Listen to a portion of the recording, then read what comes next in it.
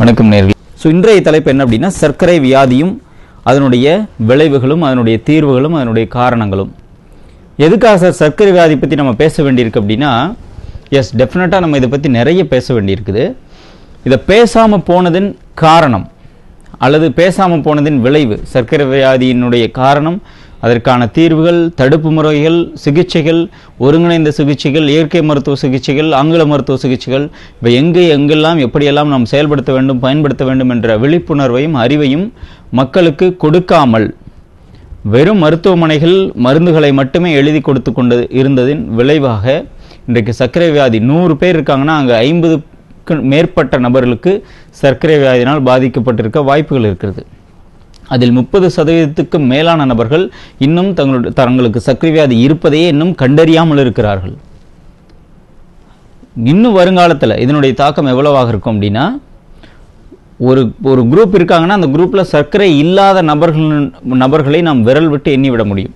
அவ்வளோ ஒரு மோசமான ஒரு ஹெல்த் இஷ்யூக்கு நம்ம நேராக போய்கொண்டு இருக்கின்றோம்.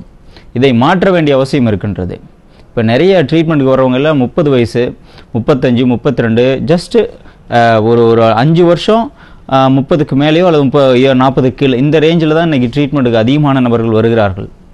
காரணம் என்னென்னா, நம்ம பேசியிருக்கிறோம், இளம் சர்க்கரை வியாதி பாதிக்கப்பட்டவர்கள், இளமையான வயசுலேயே சர்க்கரை வியாதி வந்தவர்களுக்கான சிகிச்சைகளை நம்ம நிறைய பேசியிருக்கிறதுனாலையும் அதற்கான சிகிச்சையை நாம் அளித்து வருகின்றதின் விளைவாகவும் அவர்கள் மூலமாக அவங்கள் நண்பர்கள் உறவினர்கள் என்று கேட்டு கேள்விப்பட்டு வருகின்ற நபர்கள் இன்றைக்கு அதிகமாக இருக்கின்றார்கள்.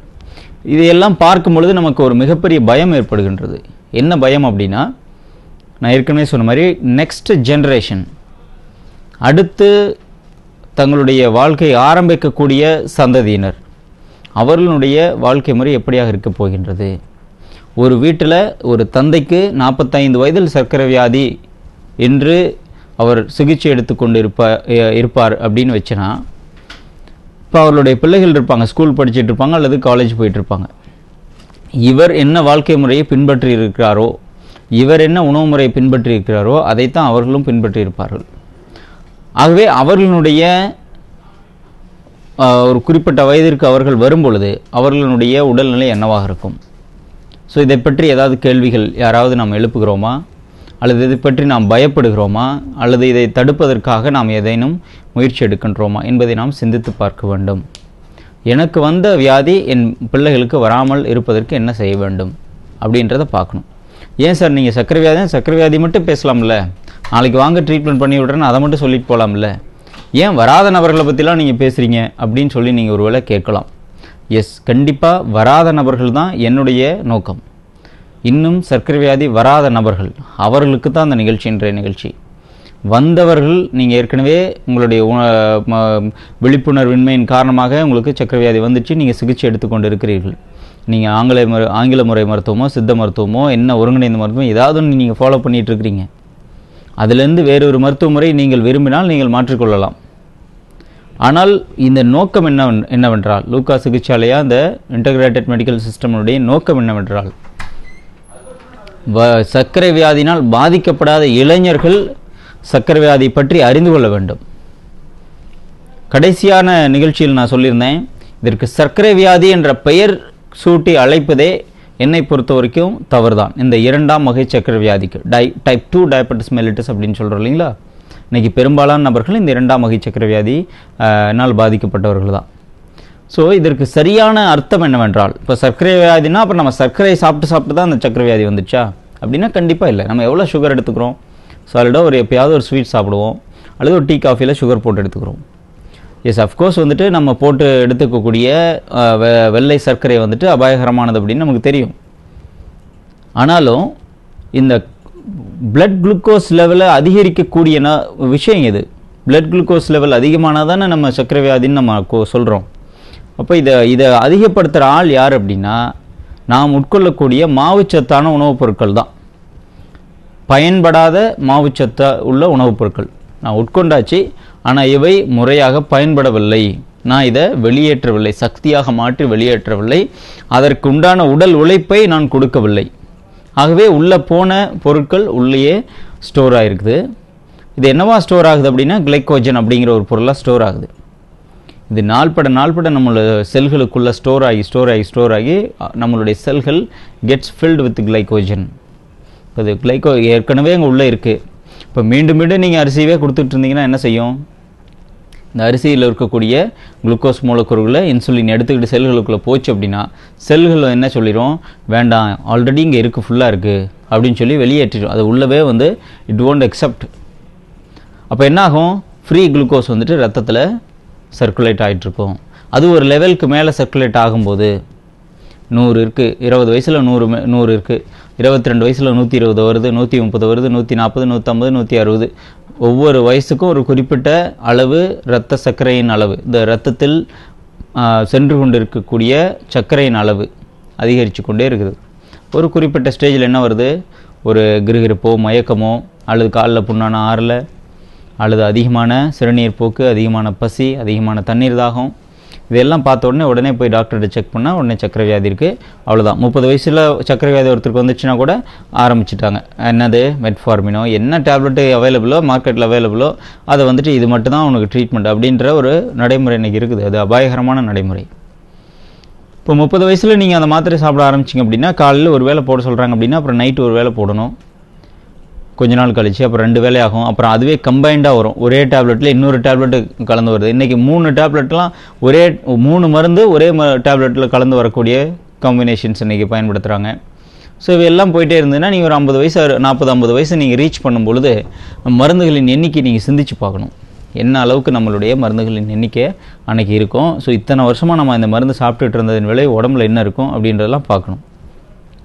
டெஃபினட்டாக தேவை தான். மெட்ஃபார்மினோ அல்லது இன்சுலினோ எதுவாக இருந்தாலும் கண்டிப்பாக தேவை. எங்கே தேவை அப்படின்னா நீங்கள் என்ன உணவு முறை மாற்றத்தெல்லாம் நான் செய்யணுமோ, என்ன மாதிரியான இந்த இன்டகிரேட்டட் சிஸ்டமை நான் ஃபாலோ பண்ணணுமோ, இவற்றையெல்லாம் பயன்படுத்தியும் முறையாக பின்பற்றியும் இரத்த சர்க்கரையின் அளவு எதிர்பார்க்கின்ற அளவிற்கு குறையவில்லை எனில் அப்பொழுது கட்டாயம் நீங்கள் you can go with insulin or metformin அல்லது combine medicine whatever it is. உங்கள் டயபெட்டாலஜிஸ்ட் கொடுக்குறது நீங்கள் கண்டிப்பாக எடுத்துக்கொள்ளலாம்.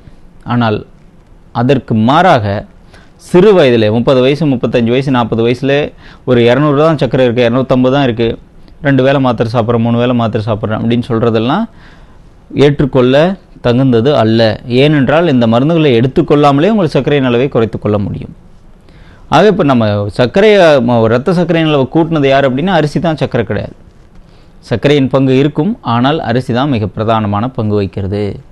ஆகவே நீங்கள் சர்க்கரை வியாதியை என்ற வார்த்தையை எழுதி வைத்து அடித்து விடுங்கள். சர்க்கரை வியாதி என்ற வார்த்தையை உங்கள் வீட்டில் நல்லா பெருசாக எழுதி வச்சுருங்க. எழுதி வச்சுட்டு அதை ஒரு பெரிய கோடு போட்டு அடிச்சுட்டு பக்கத்தில் நீங்கள் எழுதுங்க அரிசி வியாதி அல்லது மாவு வியாதின்னு எழுதலாம். அரிசி வியாதி அல்லது மாவு வியாதி அப்படின்னு நீங்கள் எழுதலாம். இதுதான் சரியான புரிதல். இப்போ இப்படி நீங்கள் மனசில் பதிச்சிட்டிங்க அப்படின்னா, ஃபார் எக்ஸாம்பிள் கொழுப்பு வியாதி வந்துச்சு, ரத்தத்தில் கொழுப்பு அளவு அதிகமாக இருக்குது, இயல்பாக இருக்க வேண்டியதை விட ஜாஸ்தியாக இருக்குன்னா நான் என்ன உணவை சாப்பிட மாட்டேன் அப்படின்னா கொழுப்பு நிறைந்த உணவுகளை எடுத்துக்கொள்ள மாட்டேன் அல்லது எடுத்துக்கொள்வதை குறைத்து கொள்வேன். இப்போ என்ன நடக்குது அப்படின்னா சர்க்கரை வியாதின்ற பெயரை வச்சுட்டதுனால சர்க்கரையின் அளவு கூட இருக்குது, பிளட் சுகர் டெஸ்ட் பண்ணுறேங்க, டெஸ்ட் பண்ணால் ஜாஸ்தியாக இருக்குது அப்படின்னா அவர் என்ன பண்ணுவார்னா டீ காஃபியில் மட்டும் சர்க்கரையை குறைச்சிக்குவார். டாக்டர் எங்களுக்கு சொன்னாங்க, காலையில் இட்லி சாப்பிட சொன்னாங்க சார், தோசை சாப்பிட சொன்னாங்க, மதியம் ரைஸ் எடுத்துக்க சொன்னாங்க, நைட் எனக்கு டிஃபன் சாப்பிட சொன்னாங்க. ரைட், உங்கள் சர்க்கரை அளவு எவ்வளோ இருக்குது? ட்ரீட்மெண்ட் எடுத்துகிட்டு தாங்க இருக்கேன், கரெக்டாக மாத்திரை போட்டுட்ருக்கேன், இவ்வளோ பிரபலமான ஒரு டாக்டரை நான் பார்த்துட்ருக்கேன். சர்க்கரை டெஸ்ட் பண்ணும்போது 270 இருக்குங்க, 280 இருக்குது, 250 இருக்குது, 220 இருக்குது. நீங்கள் ட்ரீட்மெண்ட்லாம் எடுத்தும் 250, 270, 220 வச்சிட்டு இருக்கிறதுக்கு அந்த ட்ரீட்மெண்ட் எடுக்காமலே இருக்கலாம். ஒரு நோய் 180 தாண்டிச்சினாலே உங்களுக்கு சர்க்கரை வியாதின்னு மாத்திரை கொடுக்குற டாக்டருக்கு 150க்கு கீழே தான் உங்களுக்கு வச்சுக்கணும் அப்படின்ற அளவுக்கு உங்களுக்கு விழிப்புணர்வும் ஏற்படுத்த முடிய வேண்டும். அப்படி முடியல அப்படின்னா ஒன்றா நீங்கள் கோஆப்ரேட் பண்ணல, இல்லைன்னா டாக்டர் உங்களுக்கு சொல்லலை. இது 2 தான் நடந்திருக்க வேண்டும். இப்போ சிகிச்சையும் எடுத்துக்கிட்டு மருந்து மாத்திரையும் சாப்பிட்டுட்டு 250, 300 சர்க்கரையும் வச்சிட்டு இருக்கிறதுல அப்போ நான் எதில் திருப்தி அடைகிறோம்? சர்க்கரை வந்துடுச்சு சார், மாத்திரை சாப்பிட்டுட்டு இருக்கிறேன், போதும் அவ்வளோதான், அதில் திருப்தி அடைஞ்சிக்கிறோமா? நான் சேஃப், மாத்திரை சாப்பிட்டா நான் சேஃப் அப்படின்னு நம்ம நினச்சிக்கிறோமா அப்படின்னா கண்டிப்பாக அப்படி கிடையாது. சர்க்கரை வியாதி வந்துடுச்சு, மாவு வியாதி, அரிசி வியாதி வந்துடுச்சு அப்படின்னா இரத்த சர்க்கரையின் அளவை இயல்புக்கு வைத்துக்கொள்வது தானே அந்த ட்ரீட்மெண்ட்டோட அல்டிமேட் கோலாக இருக்க முடியும். ஹலோ, வணக்கம். வணக்கம் சார், எங்கேருந்து பேசுகிறீங்க? உங்களுடைய கேள்வி கேட்கலாம். ஓகே, என்ன வயசாகுதுங்க சார்? 32. சரி, டிவி வால்யூம் குறைச்சிட்டு டைரெக்டாக ஃபோனில் என்கிட்ட பேசுங்க. ரைட். இப்போ நீங்கள் ரெகுலராக ட்ரீட்மெண்ட் எடுத்துக்கிறீங்களா சர்க்கரைக்கு? சரியா எடுத்துக்கிறதில்ல. எப்போ கடைசியாக நீங்கள் டெஸ்ட் பண்ணி பார்த்தீங்க ரத்த சர்க்கரையின் அளவை? 1 வருஷம் இருக்கும். அப்போ எவ்வளோ இருந்ததுங்க? 250. ஆனால் அதுக்கப்புறம் எந்த கேருமே எடுத்துக்கல நீங்கள். சரி, கடைசியாக பார்த்த டாக்டரு உங்கள் சர்க்கரை வியாதி வந்துட்டு சரியான விதத்தில் நீங்கள் ஹேண்டில் பண்ணலைன்னா என்ன மாதிரியான விளைவுகள் வரும்ன்றதை உங்களுக்கு சொல்லி கொடுத்தாங்களா?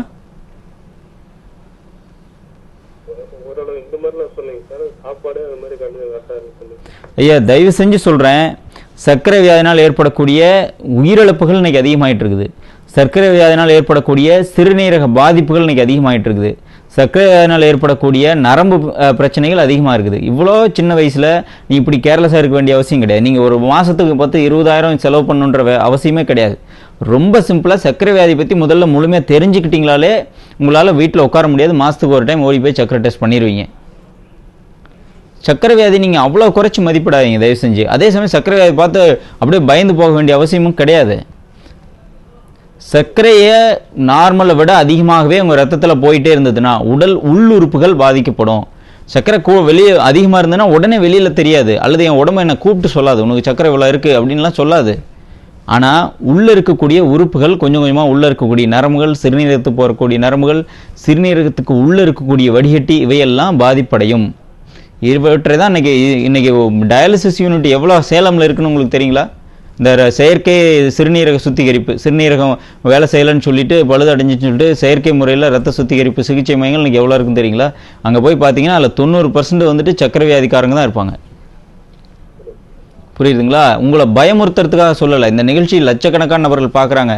இந்த நிகழ்ச்சி நிறைய டாக்டர்ஸ் பார்த்துட்டு இருக்கிறாங்க, ஹாஸ்பிட்டல்ஸ் இந்த நிகழ்ச்சி பார்த்துட்ருக்கு. புரியுதா? உங்களுக்கு சொல்ல வேண்டியது என்னென்னா, மாதத்துக்கு ஒரு முறை நீங்கள் ரத்த சர்க்கரையின் அளவை செக் பண்ணும்போது 180க்கு கீழேயாவது இருந்ததுன்னா ஓகே, நீங்கள் எந்த ட்ரீட்மெண்ட் பண்ண வேண்டிய அவசியம் கிடையாது. 180க்கு கீழே இல்லை, அதிகமாக தான் இருக்குது அப்படின்னா கண்டிப்பாக 3 வேளை சோறு சாப்பிட்றத மாற்றணும், சிறுதானிய உணவுகள் கட்டாயம் எடுத்துக்கணும், உடற்பயிற்சி செய்யணும், கூடவே மருந்துகள் எடுத்துக்கணும். இந்த கூடவே மருந்துகள் எடுத்துக்கணுன்றது என்ன மருந்துன்றதை சர்க்கரையின் அளவு தான் முடிவு பண்ணணும். ஆங்கில மருந்துகளா, ஒருங்கிணைந்த மருத்துவமா, சித்த மருத்துவமா, என்ன மருத்துவன்றத சர்க்கரையின் அளவு தான் முடிவு பண்ணும். நீங்களும் நானும் முடிவு பண்ண முடியாது. அதுதான் அந்த ஒருங்கிணைந்த மருத்துவன்றது. நீங்கள் காலம் தாழ்த்த வேண்டாம். தயவு செஞ்சு ஒரு சர்க்கரையின் அளவு, சாப்பாட்டுக்கு முன்னாடி ஒரு சர்க்கரை டெஸ்ட்டு, சாப்பிட்டு 1.5 மணி நேரம் கழித்து ஒரு சர்க்கரை டெஸ்ட், இது ரெண்டையும் உங்கள் ஊர்லேயே பண்ணிக்கோங்க. பண்ணி கையோட ரிப்போர்ட் எடுத்துகிட்டு திங்கட்கிழமை 9 மணிக்கு மேலே நேரில் வந்துடுங்க. அல்லது நேரில் வந்துருங்கன்னு சொல்கிறதுக்காக இவர் இவ்வளோ பேசுகிறாருன்னு நீங்கள் நினச்சிங்க அப்படின்னா உங்கள் ஊரில் இருக்கக்கூடிய உங்கள் மெடிக்கல் ப்ராக்டிஷனர் யாராக இருப்பாங்க, உங்கள் ஃபேமிலி டாக்டர் இருப்பாங்க, அவங்களையாச்சும் போய் கன்சல்ட் பண்ணுங்கள். இல்லை அப்படின்னா கவர்மெண்ட் ஹாஸ்பிட்டல்லையாவது போய் பாருங்கள். பட் சர்க்கரை வியாதியை குறைச்சி மதிப்பிடாதீங்க, வீட்டில் உட்காந்துருக்காதீங்க, ட்ரீட்மெண்ட் எடுத்தே ஆகணும். சரிங்களா? நன்றி. ரைட். லாஸ்ட்டாக பேசுகிற மாதிரியான நபர்களை நான் தொடர்ந்து இது போன்ற நண்பர்களை சந்தித்து அவர்களோட விளைவுகளை கண்ணார பார்க்கறதுனால தான் மீண்டும் பேச வேண்டிய அவசியம் இருக்குது. இப்போ நான் பேசினார் பாருங்க, 28 வருஷத்துலேயே சக்கரை அளவு இருக்குன்னு சொல்லியாச்சு, சக்கரை வியாதி இருக்கிறதா சொல்லிட்டாங்க. இப்போ வயசு 32, 4 வருடம் ஆகுது. 1 வருஷத்துக்கு முன்னாடி நான் சக்கரை டெஸ்ட் பண்ண 250 இருந்தது, 1 வருஷமாக நான் அதை பற்றி கேரே எடுத்துக்கல அப்படின்னு ரொம்ப சாதாரணமாக பேசுகிறாங்க. நான் என்ன சொல்கிறேன் அப்படின்னா, நம்ம ஒரு பைக் ஓட்டுறோன்னு வச்சுக்கோங்களேன், பைக் அல்லது கார் எது நம்ம யூஸ் பண்ணாலும் இதுக்கு 2 விஷயம் இருக்குது. ஒரு பெட்ரோல்னு ஒன்று இருக்கும், டீசல். இது ரெண்டில் ஏதாவது ஒன்று தான் நம்ம பயன்படுத்துவோம். நீங்கள் பெட்ரோல் போடுற வண்டியில் ஆயில் போடுவோம் நம்ம கண்டிப்பாக. இந்த ஆயில் வந்துட்டு எவ்வளவு போடணும்னு சொல்கிறாங்க அதை விட குறைவாக போட்டு நீங்கள் ஓட்டினீங்களாலும் வண்டி டேமேஜ் ஆகும். ஆனால் உடனே டேமேஜ் ஆகாது. அதை விட ஜாஸ்தியாக நீங்கள் போட்டு ஓட்டினீங்களாலும் வண்டி டேமேஜ் ஆகும். நம்ம யாருமே அந்த தவறு செய்ய மாட்டோம். பெட்ரோல் வண்டினா கட்டாயம் பெட்ரோல் வண்டி தான். அதுவும் பங்க் பார்த்து, இந்த பங்க்கில் நல்லா இருக்கும் பெட்ரோல், இங்கே நல்லா இருக்காது, எல்லாம் டிஃப்ரென்ஷியேட் பண்ணி கஷ்டப்பட்டு நம்ம போய் பெட்ரோல்லாம் போடுவோம், டீசல் போடுவோம், ஆயில் போடுவோம், எல்லாம் செய்வோம். ஆனால் உடம்புன்னு வரும்போது அதை பற்றி நம்ம கேர் எடுத்துக்கிறது இல்லை. நான் மீண்டும் சொல்கிறேன், சர்க்கரையினால் ஏற்படக்கூடிய விளைவுகளான குறிப்பாக இந்த டயபெட்டிக் நெஃப்ரோபதி அப்படின்ற பிரச்சனைலாம் வர்ற வரைக்கும் தான் நல்லா இருக்கும். பேசுகிறதுக்கு நல்லாயிருக்கும். அதெல்லாம் என்னங்க பார்த்துக்கலாங்க, சர்க்கரை வியாதி தானே, அதெல்லாம் பார்த்துக்கலாம். எங்கள் டீ கடையில் ஒருத்தர் சொன்னார், அதெல்லாம் ஒன்றுமே இல்லைன்னு சொன்னார். ஒரு வைத்தியர் ஒருத்தர் வந்து சொன்னாருங்க, டிவியில் சொன்னார், சர்க்கரைலாம் வந்து நோயே கிடையாதுன்ட்டார். சும்மா இவங்க மாத்திரை வைக்கிறதுக்காக வந்துட்டு இது பண்ணுறாங்க. எல்லாம் பேசுகிறதுக்கு ரொம்ப சிறப்பாக இருக்கும். ஆனால் ஒன்ஸ் சிறுநீரக பாதிப்பு வருதுன்னு சொல்லி போய் டெஸ்ட் பண்ணும்போது கால் வீங்குது, கை வீங்குது அப்படின்னு போய் டெஸ்ட் பண்ணும்பொழுது உங்களோட யூரியா கிரியாட்டின் அதிகமாகிடுச்சுங்க, சிறுநீரகம் பழுதடைஞ்சிச்சுன்னு சொல்லும்போது கேட்கும்பொழுது அப்போ தான் தெரியும். நம்ம ரொம்ப சாதாரணமாக அதை சரி பண்ணியிருக்கலாமே. இந்த அரிசி உணவில் குறைவாக சாப்பிட்டுட்டு வந்தாலே நமக்கு எந்த பிரச்சனையும் இருந்திருக்காதே. மாதத்துக்கு ஒரு டைம் ஒரு 50 ரூபா கொடுத்து ஒரு டெஸ்ட் பண்ணிட்டு வந்தோம்னாலே இந்த பிரச்சனையில் நம்ம தப்பிச்சுருந்துருக்கலாமே அப்படின்ற இது அப்போ தான் நமக்கு தெரியும். ஸோ அதனால் இந்த நிகழ்ச்சி பார்த்து கொண்டு இருக்கின்ற நபர்களுக்கு நான் மீண்டும் ஒரு முறை சொல்கிறேன், இந்த சர்க்கரை வியாதி நீங்கள் பார்த்து அஞ்ச வேண்டிய அவசியம் இல்லை. சர்க்கரை அதிகமாக போயிடுச்சு அப்படின்னு பதட்டம் அடைய வேண்டிய அவசியம் கிடையாது. ஓடி போய் 10,000 20,000 உங்களை ட்ரீட்மெண்ட் எடுத்துக்கோங்கன்னு நான் சொல்ல வரல. அதே சமயத்தில் சர்க்கரை வியாதியை அலட்சியப்படுத்த வேண்டாம். சர்க்கரை வியாதி என்ன செஞ்சிட போகுது அப்படின்னு சொல்லி குறைத்து மதிப்பிட வேண்டாம். குறைந்தபட்சம் சர்க்கரை வியாதி என்றால் என்ன என்பதையாவது நாம் தெரிந்து கொள்ள வேண்டும், முழுமையாக தெரிந்து கொள்ள வேண்டும். சர்க்கரை வியாதி வருவதற்கான காரணங்களும் அதனால் ஏற்படக்கூடிய விளைவுகளையும் நாம் தெரிந்து கொள்ள வேண்டும். இதை பெரிய பொருட்செலவு இல்லாமல் தொடர்ந்து கட்டுப்பாட்டுக்குள் வைத்துக்கொள்வதற்கு என்னெல்லாம் செய்ய வேண்டும், என்னவெல்லாம் செய்யக்கூடாது என்ற விழிப்புணர்வையாவது நாம் பெற்றுக்கொள்ள வேண்டும். அதற்காக தான் இவ்வளவு கஷ்டப்பட்டு முன்னாடி இதை நான் பேச வேண்டிய அவசியம் இருக்கின்றது. சுயநலத்துக்காக இந்த பேச வேண்டிய அவசியம் கிடையாது. நம்ம பார்க்குறோம் தொடர்ந்து டயபெட்டிக் நெஃப்ரோபதி. போன வாரம் ஒருத்தர் வயசு 35க்குள்ளே தான், சிறுநீரக பாதிப்பு, பெரிய ஹாஸ்பிட்டல்லாம் போயிட்டு வந்தாச்சு. இப்போது கால் வீக்கம், குளோமருலார் நெஃப்ரைட்டிஸ், இந்த சிறுநீரகத்துக்கு உள்ளே இருக்கக்கூடிய வடிகட்டியில் பிரச்சனை வந்துடுச்சு. இப்போது வடிகட்ட மாட்டேங்குது. இப்போது புரோட்டீன் யூரியா, புரோட்டீன் சத்து, புரதச்சத்து யூரின் வழியாக வெளியேறுது, வடிகட்ட முடியல புரோட்டீன் சத்தை. இவன் 100ல் ஒரு நபருக்கு வரும். இதை ஏன் எல்லாத்துக்கும் சொல்லி பயமுறுத்தணும்னு சொல்கிறீங்களா? அந்த 100ல் ஒரு நபர் வந்துச்சு பார்த்தீங்களா, அந்த ஒரு நபர் தான் வந்துட்டு அலட்சியமாக இருந்தவர். அது 2 நபராக ஆகும், 3 ஆகும், 4 ஆகும், 5 ஆகும். அதை நம்ம முன்னாடியே முறையாக பார்த்து நம் கட்டுப்பாட்டுக்கு வைத்துக்கொள்ள வேண்டியது அவசியம். ரொம்ப சாதாரணமாக தினந்தோறும் நம்ம கிளினிக்கில் நடைபெறக்கூடிய உதாரணங்களை தான் நான் எப்பவும் சொல்லுவேன். வெளியில் நடக்கக்கூடியதெல்லாம் நான் சொல்ல மாட்டேன். இங்கே நடக்குது. 45 வயசில் வராரு, 5 வருஷமாக சர்க்கரை வியாதி இருக்குங்க, நான் சரியாக கேர் எடுத்துக்கல, சரியாக ட்ரீட்மெண்ட் பண்ணிக்கல, எப்போயாவது மாத்திரை வாங்கி போடுவேன், கொஞ்சம் ஒரு மாதிரி கிருகிருப்பாக இருந்தால் எனக்கே தெரியும் சர்க்கரை கூடுறது. சர்க்கரை குறைஞ்சாலும் எனக்கே தெரியுங்க, நானே இப்போ அதை டெஸ்ட்லாம் பண்ணிக்க மாட்டேன், எனக்கு தெரியும் அப்படின்ட்டு. ஆனால் செக் பண்ணி பார்க்கும்போது டயபெட்டிக் பெரிஃபரல் நியூரோபதி ப்ராப்ளம் இருக்குது, வெளி நரம்புகள் பாதிப்பு இருக்குது, உள்ளங்கால் உணர்ச்சி இல்லை, உள்ளங்கால் மதமதப்பு இருக்குது, உள்ளங்கால் எரிச்சல் இருக்குது, ஆண்குறியில் புண்ணு, ஆண்குறியில் வெடிப்பு, யூரின் போகும்போது ஃபங்கல் இன்ஃபெக்ஷன் ஆகுது யூரின் போகிற இடத்துல, தூக்கமின்மை வருது, சோர்வு வருது. காரணம் என்னென்னா கொஞ்சம் நாளாக சர்க்கரையை கட்டுப்பாட்டுக்குள்ளே வச்சுக்கல. அடுத்து இன்னொரு ஜென்ரேஷன் ஒருத்தவங்க வளர்ந்து வர்றாங்க பாருங்கள், அவங்களுக்காவது இந்த சர்க்கரை வியாதின்றதை மறந்தே போயிடணும். அவர்கள் வந்துட்டு சர்க்கரை வியாதின்னு ஒரு வியாதி இருந்ததாக புத்தகத்தில் தான் படிக்கணும். அவர்கள் வாழ்க்கையில் அது இருக்கவே கூடாது. சர்க்கரை வியாதி என்கிற அரிசி வியாதி என்கிற மாவு வியாதி, இந்த சர்க்கரை வியாதி மாவு வியாதி அப்படிங்கிற பிரச்சனை ஃபியூச்சர் ஜென்ரேஷனுக்கு இல்லாமல் இருக்குன்னா மாவு உணவு பொருட்களை நாம் வழக்கத்திலிருந்து குறைத்து கொள்ள வேண்டும். தினந்தோறும் நடைமுறை பழக்கத்திலிருந்து குறைத்து கொள்ள வேண்டும். கார்போஹைட்ரேட் தேவை தான், எனர்ஜிக்கு தேவை தான், அதுதான் கலோரிஸை கொடுக்குது. ஆனால் இந்த கொடுக்கின்ற கலோரிஸ்லாம் நம்ம பயன்படுத்துகிறோமான்றதான் அங்கே ஒரு பெரிய கேள்விக்குறி. இந்த ப்ரோக்ராம் ரொம்ப ரொம்ப முக்கியத்துவம் வாய்ந்த ஒரு ப்ரோக்ராமாக இருக்குது. ஒரு சந்ததிக்கான மருத்துவத்தை பேசிகிட்டு இருக்கோம், ஒரு நபருக்கான தனி மருத்துவம் கிடையாது. லூக்கா சிகிச்சையாலயாவை வளர வைக்கிறதுக்கான ஒரு மருத்துவம் மட்டும் கிடையாது. இது வந்துட்டு இந்த நிகழ்ச்சியை பார்த்து கொண்டு ஒவ்வொரு குடும்பத்திற்கும் இந்த மருத்துவமும் இந்த ஆலோசனையும் கட்டாயம் உங்களுக்கு தேவைப்படும். நீங்கள் விரும்பினாலும் விரும்பாட்டியும் சரி, நீங்கள் வேறு மருத்துவ முறையில் இருந்தாலும் சரி, ஆனால் பேசக்கூடிய விஷயங்களை நீங்கள் உள்வாங்கி கொண்டு அதன்படி நாம் மருத்துவம் விழிப்புணர்வு ஏற்படுத்தி கொள்வது ரொம்ப ரொம்ப அவசியம்.